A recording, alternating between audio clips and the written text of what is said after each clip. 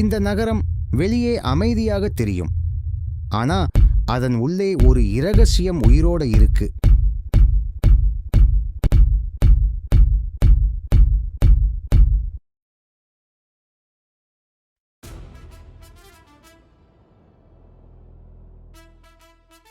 சிலர் கதையை பார்க்க வருவாங்க, சிலர் கதையை மாற்ற வருவாங்க.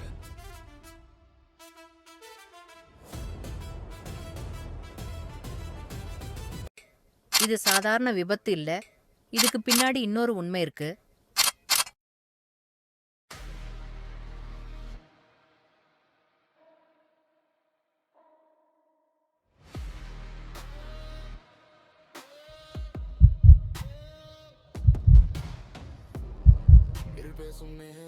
நம்பிக்கை உடைந்தா மனிதன் என்ன ஆகுறான் தெரியுமா?